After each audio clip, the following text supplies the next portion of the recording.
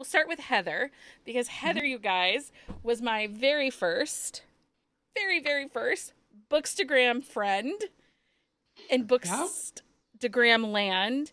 Um, I had an editor at the time that I worked for in 2019. She said, I can't believe you read all this and you don't have a blog. I can't believe you read all of this and you're not on Instagram with your books. And I'm like, who's on freaking Instagram with their books? This is dumb. Um, hmm like, I had no clue.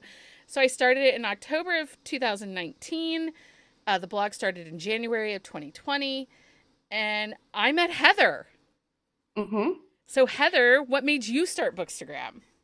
So I have always been like a big reader, and I was like following books or whatever, and I realized you can like follow hashtags on um, Instagram, and I saw these people like had their own like accounts for books, and I was like, oh, okay.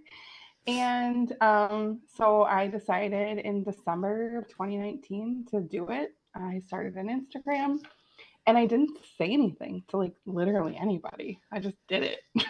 Like, and I just started talking about books, and it felt really awkward at first. And I think sometimes it still does feel awkward, you So know? awkward. And then I met Becky, and then we were doing book club, and I met Demi, and now Demi and I like hang out and do book stuff all the time. And I don't know, like Yeah. what's I remember when we first started Bookstagram, I messaged you. I'm like, how do you share to your stories?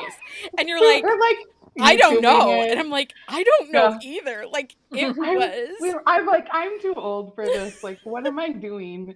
And so then we were like Googling it back and forth, and then we were trying to explain it to each other about how to do it. And yeah, it was kind of weird, It but was so whatever. funny. It was so Yeah. funny. I still laugh about that because I'm like, that's when I feel like my mom and her two-handed remote usage. Like, that's my two-handed remote story. Is I didn't know how to share a story on Instagram. Mhm.